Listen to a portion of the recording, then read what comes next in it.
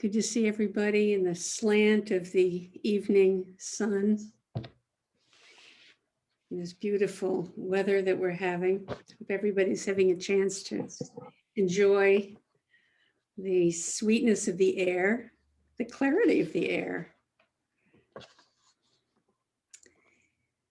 So I'll open this talk with a quote from the Buddha that says, "The Dhamma well proclaimed by me is clear, open, evident, and free of patchwork." The Dharma is clear. So I want to talk about this. How does the clarity, what is the clarity of the Dharma? How does it show up for us? So I'd like to talk in a way that is helpful and is of interest, is interesting about our practice and the language of the Dharma, the language that is, by the time it gets to us, has passed through many translations and is in itself a translation of our actual experience. So the language of the Dharma, which is what usually makes up the Dharma teachings, there are a lot of words that carry with them an echo or a hint of something extraordinary, something that goes beyond ordinary. And this can mislead us. In one way, the language of the Dharma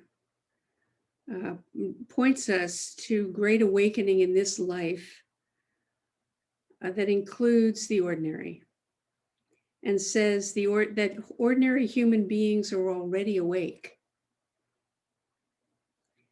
So what does this mean? This can be really confusing.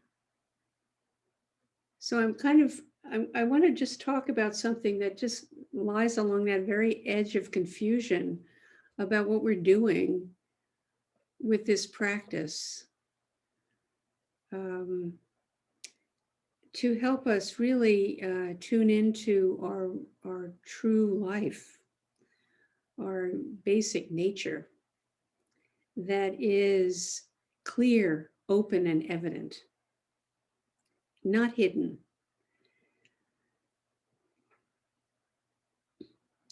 So I think it's helpful to talk about metaphor, since metaphors are the pictures we carry in our roof brain, in our mind's eye, for how we think the world actually is, for how we understand or misunderstand teachings about the world. So Wikipedia defines metaphor as a thing regarded as representative or symbolic of something else. And the Oxford English Dictionary tells us that metaphor comes from the Greek metaphora, which means to transfer. So according to this meaning, to transfer, we are transferring an impression, a direct embodied experience, into words. This is the process of being a human being. We talk, we symbolize. But when we translate, we forget that we're translating. So an example of translating from the actual experience to words is, this is an example. Translates to clap. Clap. Very different. These two things are very different, and yet they occupy the same space in our sentiency.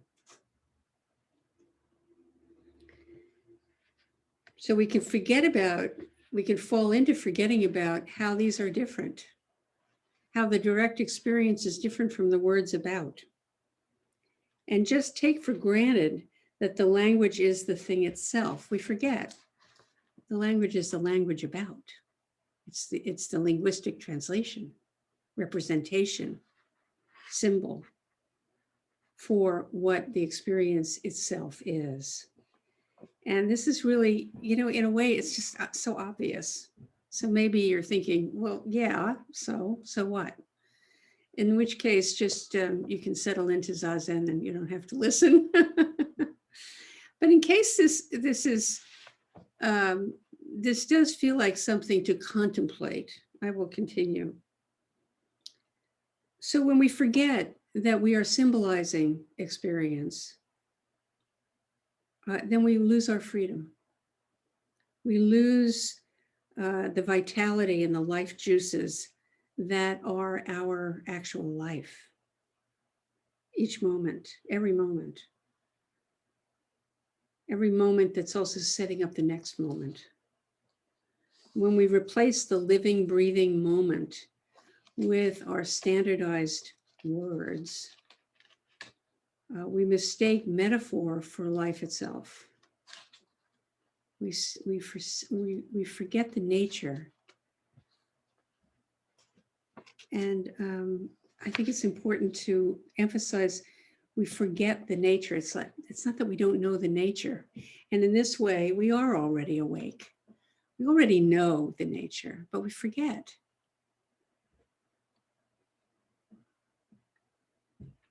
The thinking mind gets caught in the word trap.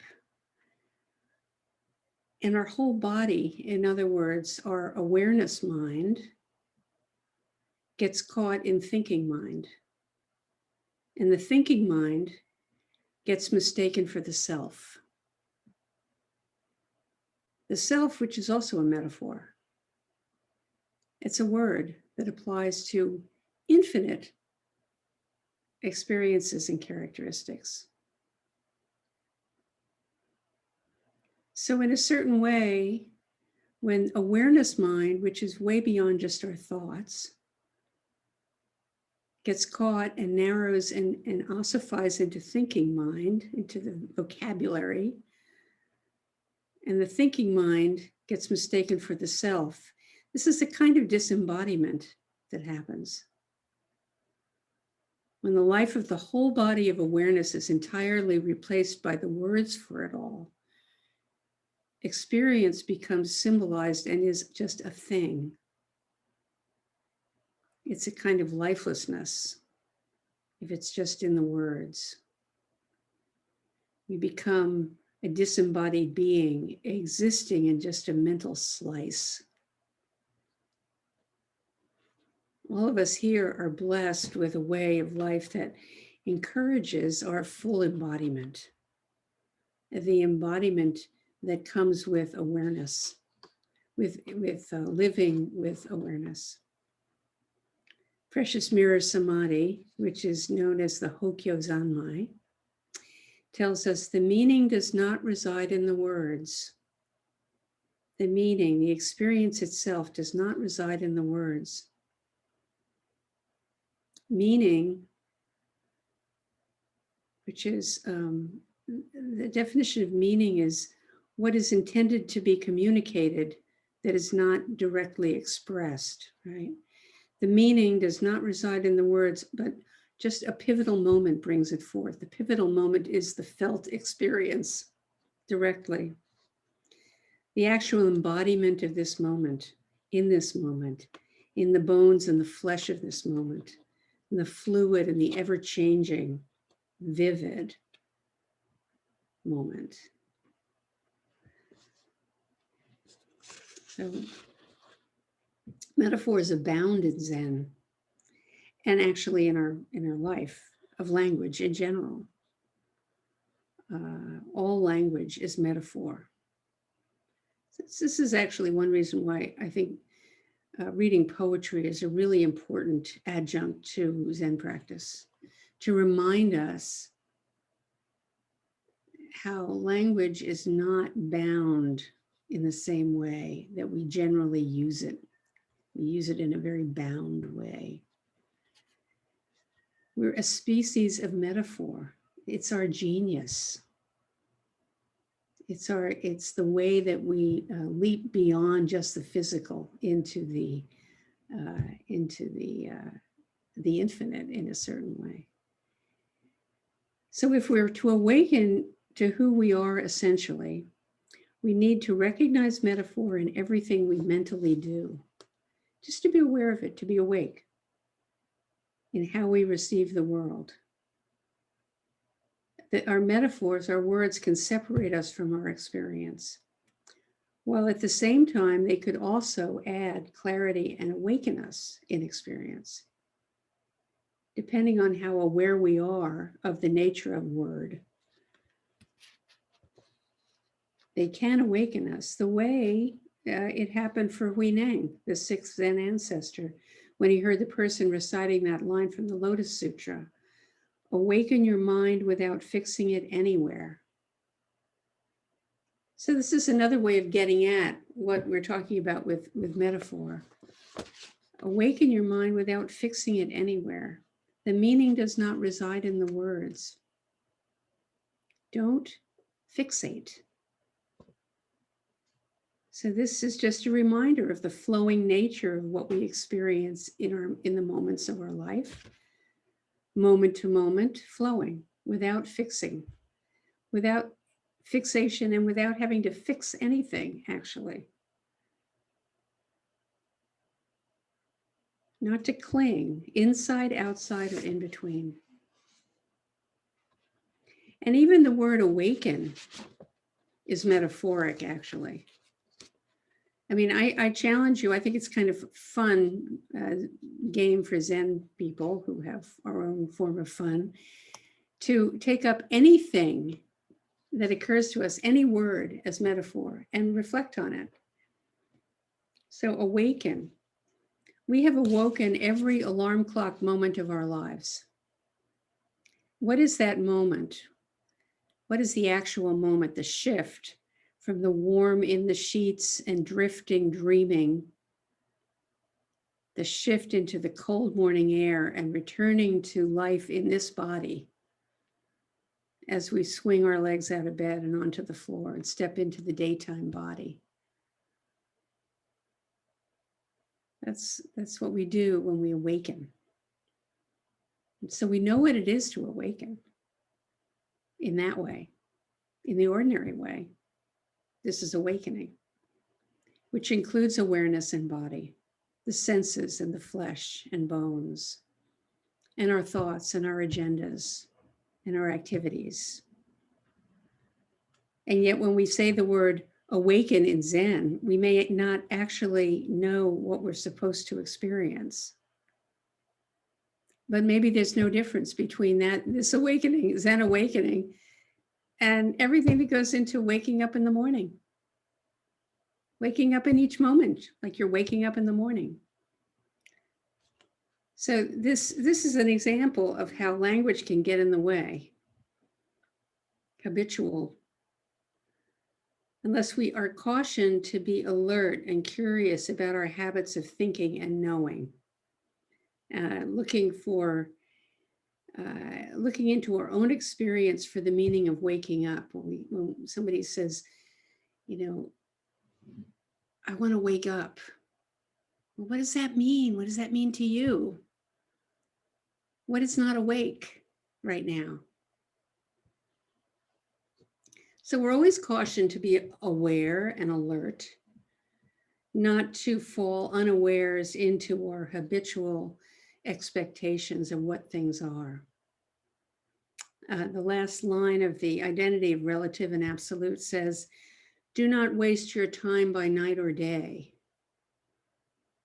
I don't think that's a spur to, make sure that you get busy in the world and do a lot of work and make a lot of money. It means rather, don't waste this moment by vaguing into it, but be present. Stay alert, pay attention. If you want to experience Zen liberation right here and now, in all the color and clarity, the meaning does not reside in the words, but the pivotal moment, this moment pivots and brings it forth. Brings the moment forth. And it can be one way to practice. Listening to the metaphoric nature of our words is a way to open many Dharma gates for investigation. I've used this phrase many times. What do I mean by? We can all use that as a method. What do I mean by? You know, when you listen to the language you're using, what is my understanding of this? And then looking directly, what do I mean by? So here are a few metaphors, words that point. And here's one example of how it can bring up any number of different things. And each of us is going to hear this word and something different is going to pop into each of our minds, which is just the nature of it all. So the word worm. Actually, this Dharma talk came to me as a result of having an experience with a worm.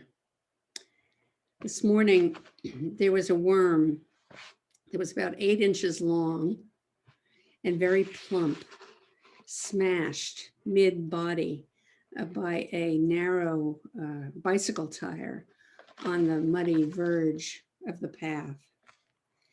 Yet, what wasn't smashed was still squirming. What remained of it was still squirming. It had moved out of the shadows in the grass. You know, worms don't see, but they do register light and dark, and they move toward light. So moving out of the shadowy soil into the grasses, in the grasses of the early morning light toward the path, it met conditions that completely flattened it. And I looked at it and thought, well, gosh, will it regenerate fully? Because, you know, you just need a portion of a worm and it becomes a whole worm again. Or partially, or maybe wholly die, because sometimes they do. Everything dies. And it reminds me in its small remnant of life about the truth of the unexpected and the unseeable, the unknowable next moment for any of us that we all share. So here's the meaning that resides in the word worm for me in this instance. When we come to Dharma practice, practicing with all the phenomena of our life, will we continue to regenerate freshly each moment with what's left of the last moment, or just partially, or at all? Some people live in their hell realms their whole life, realm of jealousy or anger or spiritual poverty, all of their lives, and are not being jolted into awakening to the larger life that inheres everywhere and at all times, because conditions aren't quite right. But some, even those who have been ridden over by heavy tires, crushing circumstances, go on to realize their wholeness and thrive. And some of you may be those people. Moon is another metaphor. Classical image used in Zen to address the very topic that we're exploring here. Finger pointing at the moon rather than being in the presence of the moon face or the moonlight, directly experiencing the bright light reflected by the source of bright energy of consciousness. That's what moon is, that image represents classically in the Zen tradition. And sometimes the moon casts light over all surfaces, anything that's available to it. And sometimes it's entirely hidden and the night is dark. So there's a metaphor for our own our own spiritual life. Another one is path. It's important to recognize the metaphoric nature of path. If we think it's real in a way that it isn't, it can be problematic. So how do paths form? They form step by step. A spiritual path doesn't exist except breath by breath and step by step. My path, your path, the path of the ancestors. This metaphor of path can appear in the mind's eye as the same kind of path that appears before us when we're walking through the forest or the fields. But the spiritual path is and isn't the same kind of path. It is in that the ancestors lived with the same longing for liberation from their difficulties and suffering and tedium that we all do. They wanted to be happy, to be spared, to be wise, to be real. So that longing is part of the path, but for each of us, each step that we take is unique. Each breath that we take is unique. So it's the same and it's different.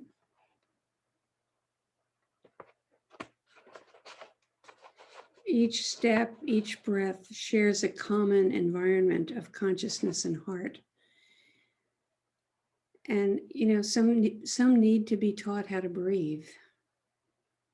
And some are good breathers from the very start. Some trust their bodies. And some need to learn how to trust their bodies in order to know how to function in a natural way.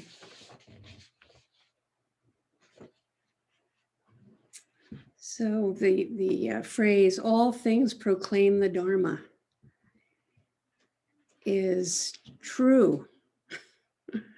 When we look more deeply into anything, it's a composite of the functioning of many things. Anything that we look at specifically and directly is alive in relation to everything else. They all speak the Dharma. So our challenge in our practice is to hear the voice of the many things directly, not just their name, what we call them, but what is their voice? When we talk about awakening, it's really a kind of awakening from metaphor into direct experience, from word into body and heart. Where is the moon in your life? What is the path that you walk? And we just look, listen, taste, smell, touch, feel. When we know the metaphoric twist that language delivers to all of our direct experience, we receive the benefit of the teachings. Any teaching we want to go into, how do I know whether this is what this is in my own experience? When we receive the benefit of the teachings, we are eyebrow to eyebrow with the ancestors. That's what Aitken Roshi always used to say. I mean, he said it all the time. We are eyebrow to eyebrow with the ancestors. That's visceral. That's visceral. It's an image that comes to mind, but it can wake us up. It's like, oh, really? That much? That real? That embodied?